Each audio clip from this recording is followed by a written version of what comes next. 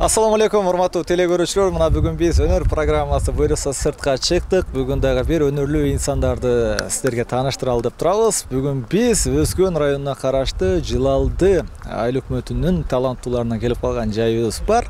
Мына ушул учурда урматтуу телекөрүүчүлөр, биздин таланттуулар дал ушул Кыргыздын Боз үйүндө бизди азыркы учурда күтүп турган чак. Келиңиздер, ичкерide кандай таланттары бар, сиздер менен чогуу таанышалы. Ассаламу алейкум, кандайсыздар? Жакшысыздарбы? Олтуруңуздар. Кандайсыздар? Жакшы, Кудайга шүгүр. Өзүңүздөр кандайсыздар? Отурасыздар. Шүгүр, жакшы. Алгач эле микрофонду биз ушул топтун жетекчиси Эжекебизге берели. Эжеке, бул топ боюнча ушул өзүңүз тааныштырып, эжекелерибиз боюнча бир ооз айтып кетсеңиз. Ушундай сүйлөй бересиз. Биздин топко куш келипсиңер, Жылалды айыл өкмөтүнө куш келипсиңер. Мынакей биздин аруу зат, алдыңарда турган аруу зат аялдар жана жигиттер тобу. Биз бул шайыр апалар дебестен шайырлар тобу деп ачканбыз. Биздин себеби жигиттерибиз дагы бар.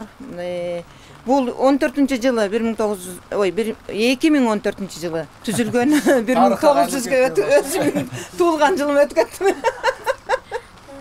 Анын биздин ушул топ ошондон бери ушинтип зериккенде өзүбүздүн өнөрүбүздү тартуулап турабыз. Баардык апалар мынакей неберелерин багып, өздөрүнүн ата-энесине тапшырган мезгили эми өздөрү алаксытууга өткөн кези.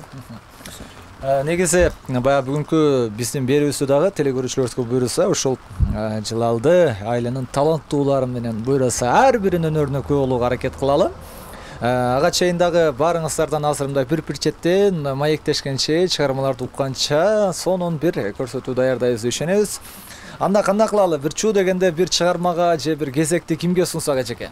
Ушул Кыргыздын улуттук аспабы болгон Ооз комуздан баштабайлыбы? Аябай сонун болот. Эң аксакалы адашпасам эжекебиз, Ооз комуздан буйруса, телекөрүүчүлөрүбүз менен биргеликте эжекебиздин сонун бир күзүнө күбө болобуз. Мынакей өзүңүздөр көргөндөй, Боз үйдүн ичинде сонун аба ырайы, сонун атмосферада эжекелерибиз элечек менен сонун отурган учуру.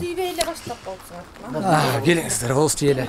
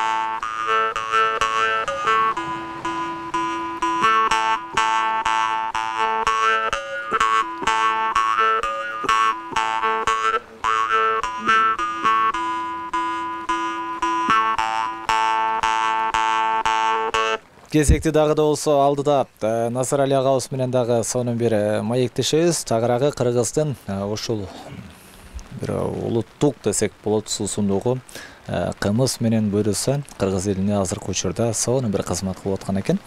Мен Назарали агабыз менен буйруса жылкылар менен ал тараптан маектешем. Бизден эч кайда алыстабай туруңуздар. Демек, урматтуу көрүүчүлөр, биз жогоруда айтып өткөндөй, азыр Назарали агабыз үй бүлөсү менен, жеңебиз менен биргеликте ушул жылкы саап жаткан учур экен. Демек, сөзгө тарталы, тай менен буйруса эркелешип чогуу турат. Негизи бул ишти качандан бери кыласыз ага? Мен бул ишти өз негизинде жылкы боюнча мен жаштыктан ошо ата бабабыздан калган нерсе да. Анан өзүм неме мына 3 жылдан бери ушу элге сүт ичирип, элдердин ден соолугун оңдоп, ушу элге кызмат кылып жүрөбүз эми. Учурда бул өзүңүздөрдүн кичи мекениңиздер деле ушу. Ооба, өзүбүздүн да кичи мекенибизде ошо мен турган жер Жаз айыл өкмөтүнүн баш жагында, Жээренч айылынын жогору жагында турабыз да. Бул жерге кимдер келе алат? Каалоочулар. Каалоочулар келет. Бул жерге ден соолугун чыңайын деген адамдар келет. Бул жерде самал эле болобу же кымыз да бар? Самал болот, кымыз болот. Элден ашканды кымыз кылып турабыз. Демек түшүнүктүү. Демек урматтуу телекөрүүчү, эгерде сиз да кымыз же самал ичүүнү кааласаңыз, Насыр Али агабызга кайрылсаңыз болот экен.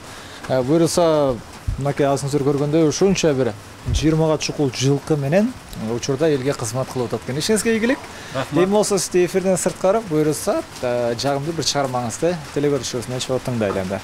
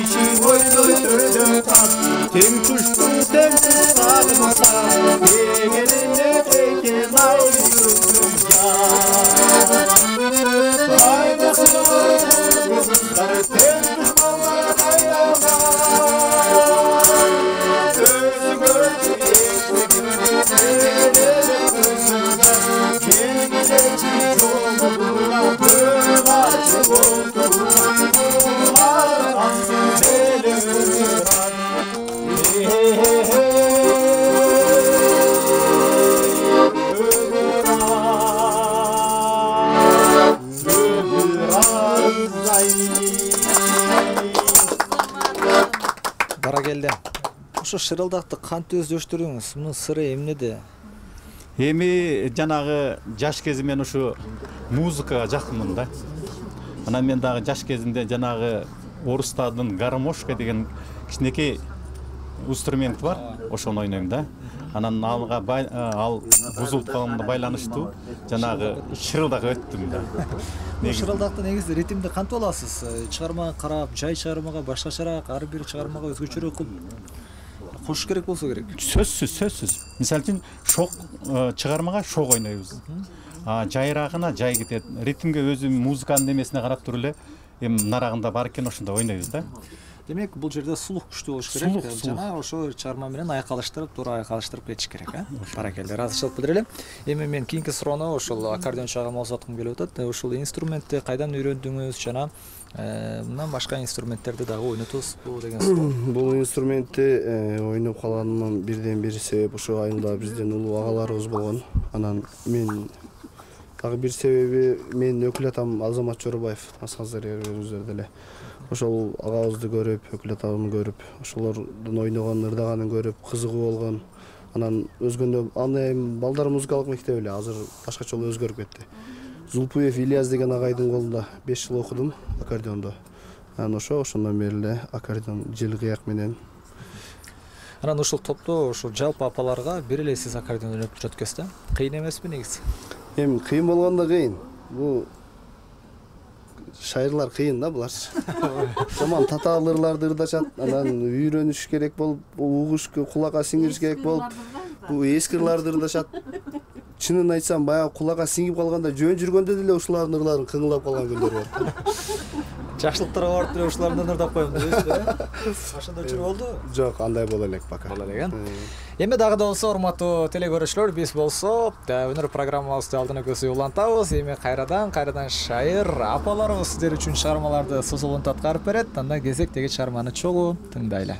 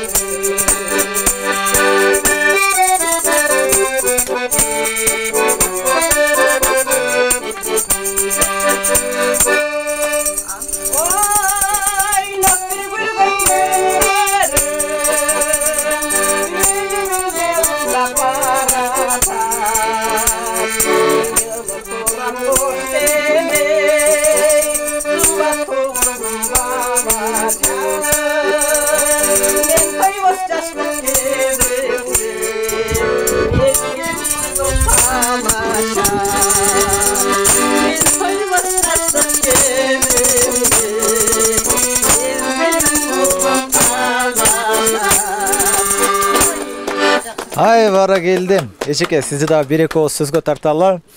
Негизи азыр сонун бир чыгарма аткардыңыз да. Негизи бала кезден бери эле ырдайсызбы же бала кездеги үйрөнгөн ырым бул. Бала кезде канча жашыңыз эсиңизде барбы? 8-класста окуп атканда. 8-класс. Азыр жаштыкты да чогуу эстеген турбайсызбы? Бара келди, азаматсыз. Негизи мектеп учурунда да ырдачу элеңиз сахналарда? Мектепте ырдаган эмесмин, уялчу элем, бирок сахнага барып иштейм десем, ишке алган ата-энем жөнөтпөй койгон. Анан азыр кенен өзүңүз ырдап аткан турбайсызбы? Азыр анан карыганда бир ырдап көрөйүнчү дедим да. Бара келди, талантыңыз ташкындай берсин. Ал эми биз дагы да болсо кезектүү урматтуу телегөрүүчүлөр, дагы таланттуу инсандарга акырындык менен сунууну улантабыз. Азыр мындай кылалы, мырзалардан агабыздын өзүнөн жеке бир номер сураналы. Анткени эжелерибиздин арасынан өзгөчө сонун бир аккордеон менен ар дайым шертип берип кубаттап турган инсан, артындагы инсан агабыздан кандай чыгарым аткарабызга? Мына эмесе төмөндөгү ырдесте ошо жалпы эле кыргыз элине кыргыз жыттанган, кымыз жыттанган ырлардан ырдап берели.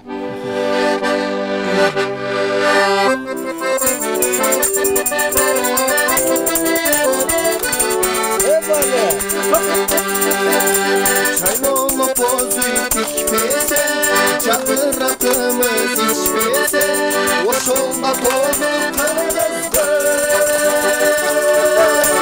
Ardakta parı büyütmese, kırkırda çılığı kişenep, kişenep, kazanda durmasa mışkanet, mışkanet, o şolda dolu kırmızı. Balları minibese, balları minibese, ne vere minibese kızım.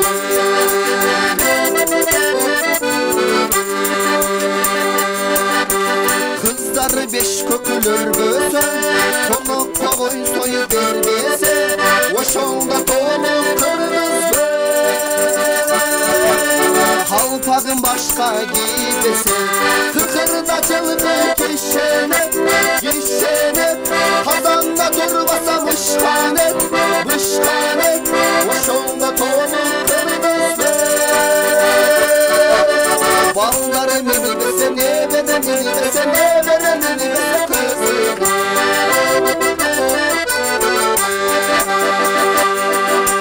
Çayloğlu bozu dikmese, çadır rakımız içmese, o şolda dolu kırmızı. Ardakta parı büyütmese, kırkırda çılığı kişenep, kişenep, kazanda durmasa mışkanet, mışkanet, o şolda dolu kırmızı. Balları minibese, balları minibese, ne vere minibese kızım. Kırkırda çılığı kişenep, kişenep, kazanda durmasa mışkanet, mışkanet, o şolda dolu kırmızı. Balları minibese, balları minibese, ne vere minibese kızım. Бара келди. Сонун. Бул чыгарманы буга чейин мен студиядан угуп жүргөн болсом, бирок боз үйдүн ичинде бул үйдү чыгарманы уккан өзүнчө бир керемет экен. Сонун баткар болду, ыраазычылык билдирели. Эми болсо таланттуулардан мен акырындык менен эжекебиз дагы кайрадан сиздерге чыгарма аткарып берүү үчүн камындан турат. Кандай эжеке? Кандай чыгарма аткарабыз? Эмне деген чыгарма аткарабыз? Өкүнүч деген. Мен Ашакам бар эле да Эрмек Садыков деген обончу аткаруучу киши болчу да. Ошол 45 жашында өтүп кетти эле, мага именно үйрөтүп, ушуну дайыма менин эсимден чыгарбай ырдап жүргүн дейт эле. Мен ошон үчүн ошолорду аткарып бердим. Кеттик анда.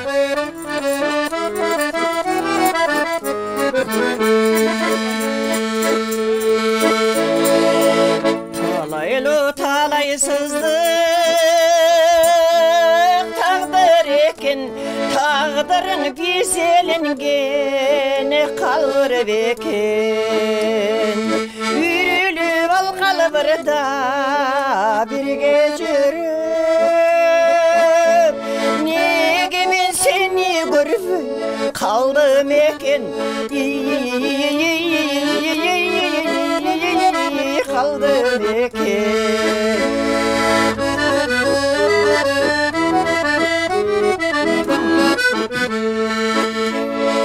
Kantip men seni görüp kaldım ekin. Abalikin görmöksün göz saldım ekin. Жаңылыған орды толып боз чоготону, жаштыктын күнөөсү деп элестетем, элестетем.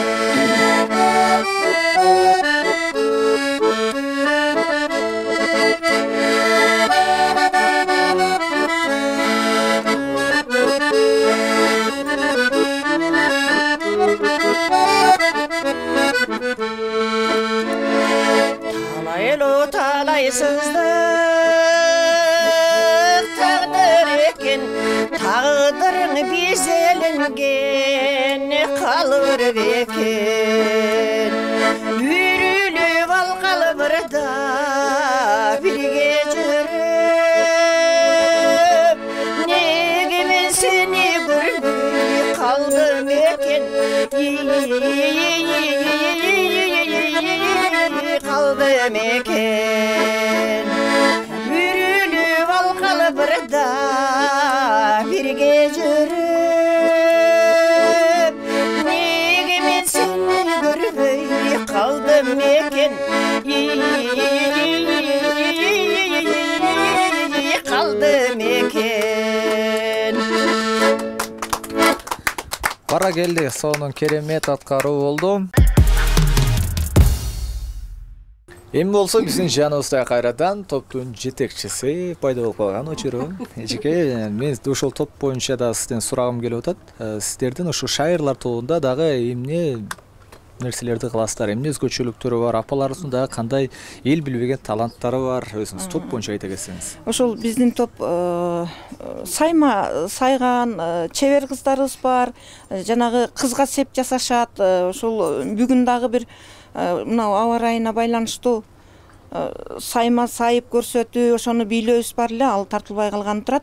Кыскасы, бул аялдар мындан сырткары дагы ошол чеберчилик жөндөмдөрү бар. Кызга сеп жасашат, ошо жөн отурушпайт, небере багышат, небереден качып келип бизге шайыр апаларга катышат. Бара келди. Демек, баягы талант деген адамды жөн тургузбай турбай, баарын ырзатат турбай, өзүңүз боюнча айта кетпейсизби? Сиз негизи ырчылыкка кантип кызыгып калдыңыз? Эмне себеп болду? Апаларыбыз буга чейин айтып кетти, ушу бала кезде мектеп учурунда эле бизде да байкалган депчи. А сиздин талантыңыз качан байкалган, ыргашыгыңыз бар экен, качан билдиңиз эле? Ыргашыгым чындыгын айтсам, мен көбүрөөк ошол аткаруучулук, башкача айтканда театрга кызыгат элем да. Демек, актриса болууну? Актриса болууну өзүм дагы ошо кичинекей мезгилинде эле мектепте окуп жүргөндө эле бир күн Акмөр, бир күн Толгонай болуп чыга калчу элем. Анан ушундай тагдыр пешен экен. Ырчы болуп калдыңыз. Ырчы деле болуп, башкача айтканда ушуларга жетекчи болуп калдым. Өтө ырчымын деп айта албайм, анткени ырдап атканда калып кетип ашып кетпейин. Азаматсыздар, ийгилик каалайлы. Эми кезекти сизге суналам. Кандай чармогоз? Ошо Асанкалы Керимбаевдин Гүлдөр гүлгө арзу айтып ачылат деген ырын ошол бала кезибизде бардыгы ырдап жүрдүк эле. Ошолорду бүгүн бала кезибизди гана эскерип атабыз. Кеттик анда дал ошол чармогоо.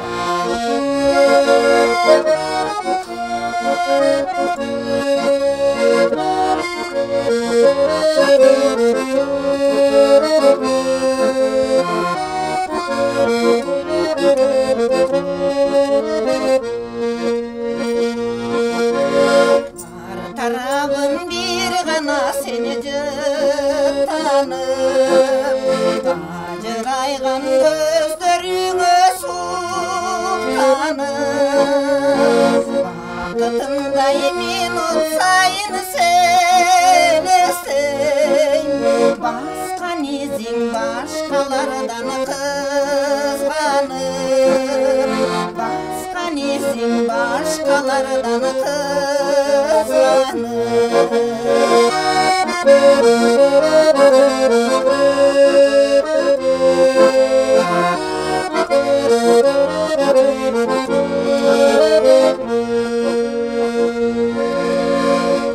Birim biri görün dep batırap, arzu aytıp açılar, seni şandı şarkıratmamsı yahu, şair gülgün samcarpın yazılar, şair gülgün samcarpın yazılar.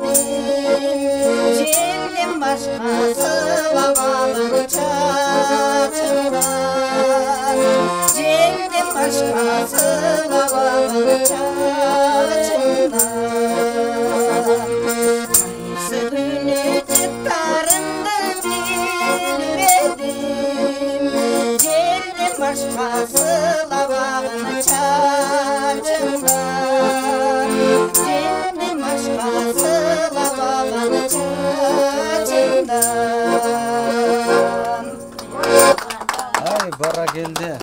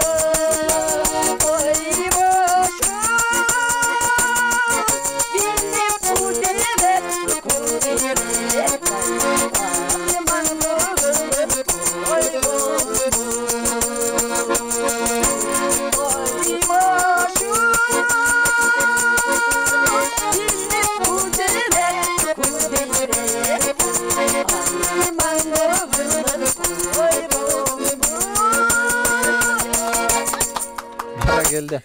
Азаматсыз эже. Сизге да бир суроо менен кайрылам.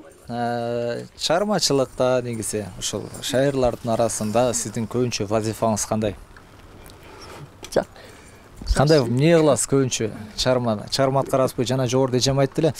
Биздин арасында ушул кол өнөрчүлөр да бар депчи. Ошо айтайын дегеним кол өнөрчүлүк. Ошо чеберчиликти неме кылабыз? Неме кыздарга сеппеп болгондо жардамдашкыла десе азыраак барып жардамдашып турабыз. Анан бош маалдарда келип репетиция кылабыз, анча мынча. Ушинтип чыгып анча мынча ырдап өзүбүздү алаксытып, неберелерди бактык, балдарды бактык, эми өзүбүзгө өзүбүз үчүн жашайлы деп жүрөбүз. Баракелде. Негизи өзүңүз билесизби? Анан бүгүн ушу шартка байланышып бийибиз чыкпай калган. Негизи кандай бийлерди билет элеңиз эче? Болер, кыргыз немелерди.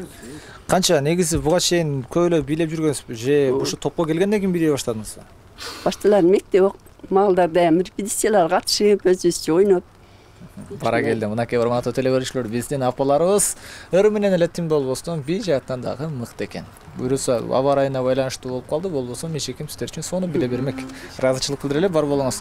Эми болсо азыр дагы бир таланттуу инсанды чакырам алдыңыздарга. Агабыз сиздер үчүн жагымдуу бир чыгарма аткарып берет. Ага келиңиз жана кандай чыгарма аткарып бересиз? Ассаламу алейкум алгач. Кандайсыз? Келиңиз, ортолукка жайгаштырып алалым. Жакшылыктары, шайрапылар, мен өзүм кыргыз элим, кыргызстаным. Кандай чыгарма аткарып бересиз? Жаныңдан өтсөң жылмайып деген ырым бар эле. Кеттик анда. Шайрапыларды каяка апарды тапар, мен шопурмун. Ошого демек баягы шопурларда чыгып койгон турбайсыздар беле? Кеттик анда. Шофёр агабыздан чыгарма болсун.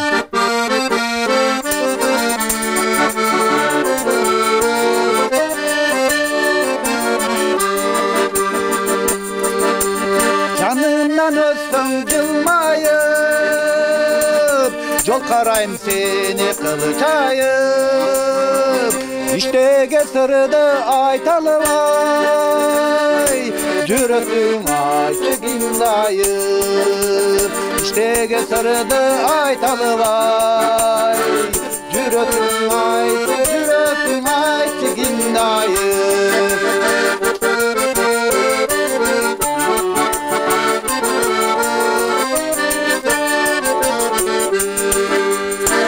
Özüңdü жакшы көрөмүн, өзгөчө сүйүп жүрөмүн.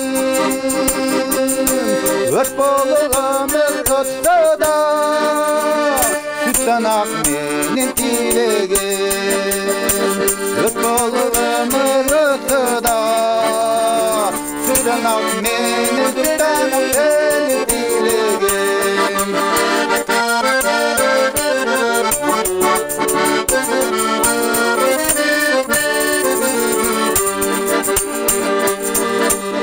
Ойлonu menem taң атат, ойлорум сени саматат. Жыл өткөн сайын жылт этип, жаштыгым өтүп баратат. Жыл өткөн сайын жылт этип, жаштыгым өтүп, өмүрүмдө өтүп баратат.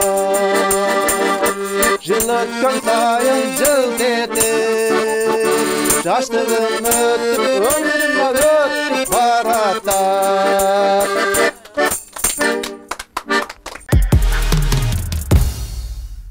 Ал эми бул тарапта турган эжекебизге суроо соткум келип атат. Эже, канчадан бери ырдайсыз? Жакындан бери эле. Жакындан бери эле ырдайсыз. Кошулуп эле жакындан бери ырдап келем. Шайырларга кошулгандан шайыр болуп кеттиңиз.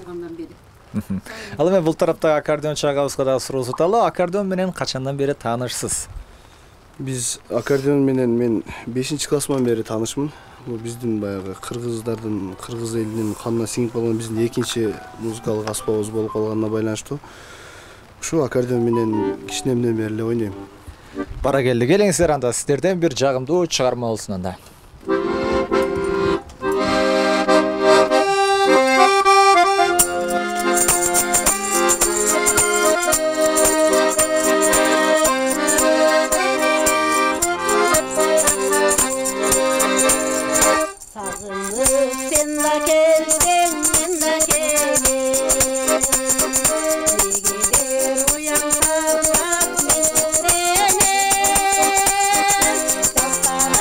Allah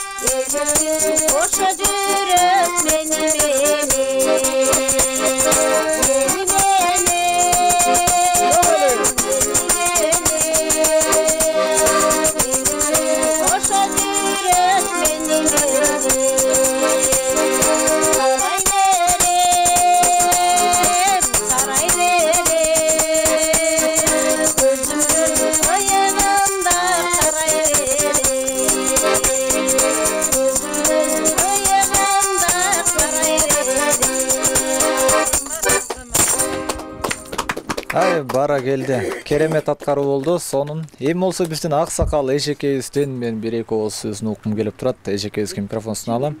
Эжеке отурабыз ушул эле жерден. Негизи азыр ооз комузда сонун бир күп аткарып бердиңиз да. Бул ооз комузду качандан бери чертип калдыңыз жана кимден үйрөндүңүз эле? Мен окууда мектепте окуп жүргөндө 2-3 класстан баштагам. Себеби атам да комуз ойнойт эле, апам да ойнойт эле. Мага постоянно алып берет эле да комуз. Анан биздин поколенияда көп кыздар какчы эле. Мен эсимен чыгып калган экен, эми кайра кабып атам да. Учурда ушул ооз комуз менен таанышсызбы же башка инструменттерди да ойнойсузбу? Жок, башка да. Илгери мандалин ойночу элем, азыр эсимен чыгып калды балам. Үйрөнөйүн деген ойлор жокпу? Жок. Эми каякта? Бара келди. Балдар үйлө. Азаматсыз. Учурда канча баланын энесисиз? 2 уулум бар, 6 неберем бар. Учурда Өскөн районуна караштуу Жылалды айылында коноктобуз, өнөрлүү инсандардын талантына күбө болуп жаткан чагыбыз. Азыр биздин ушул шайыр инсандар баары сиздер үчүн кичи мекени жөнүндө бир жагымдуу чыгарманы хор аткарып берели деп турат. Анда келиңиздер, назар салыңыздар, сиздер үчүн жагымдуу чыгарма.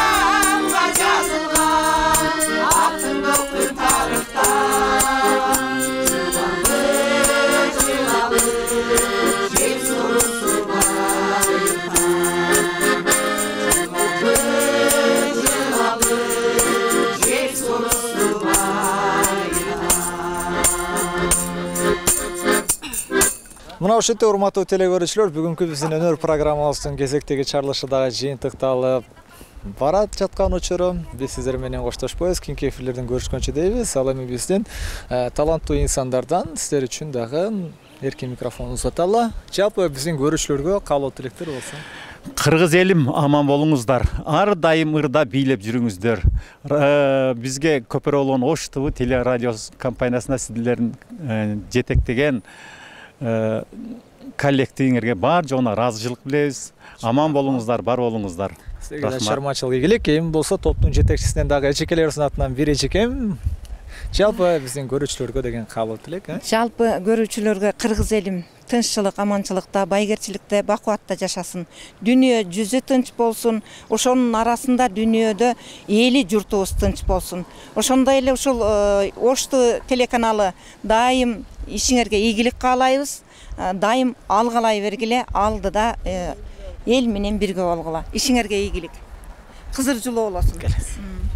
Биз дагы ушу каалоолорду айтып коелу.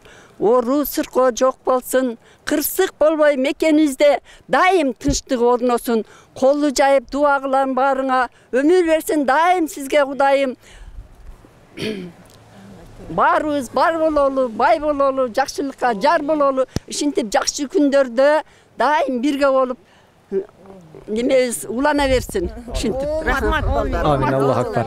Өнөрүңүздөр өркүндөй берсин, ыраазычылык билдиребиз. Ал эми урматтуу телекөрүүчүлөр, мына ушундай жакшы маанай менен биз сиздер менен коштошобуз. Жалпыңыздардан иш күнүңүздөр көңүл улансын. Көрүшкөнчө аман туруңуздар.